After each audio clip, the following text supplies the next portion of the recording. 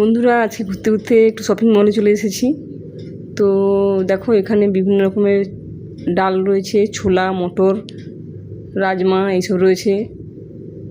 তো চিন্তা করছি আমি কী নেওয়া যায়, তো সেই জন্য দেখছি ভালো করে। তারপরে দেখো, চলে এসেছি ফ্রুটের জায়গাতে। দেখলাম বেশ ভালোই ফ্রেশ ফ্রুট আছে, আর খুব সুন্দর ফ্রুটগুলো, এত সুন্দর লাগছে দেখে, একদম মনে হচ্ছে ফ্রেশ। তো কিছু ফ্রুট নিয়ে নিলাম বাড়ির জন্য।